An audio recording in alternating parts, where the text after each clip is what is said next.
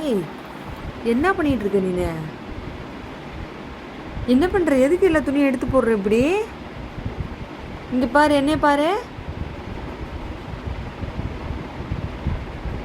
எதுக்கு எல்லா துணியும் எடுக்கிற? யார், நான் மடிச்சு வைக்கணுமா இல்லை உங்க அப்பா மடிச்சு வைக்கணுமா? இங்க பாருமா, உங்ககிட்ட தான் பேசுகிறேன். இங்கே பாரு, என்னைய பாரு. இது எதுக்கு இப்படி துணி எல்லாத்தையும் எடுத்து போட்டு வச்சுக்கிற கீழே? யார் எடுத்து போட சொன்னா? ஆ,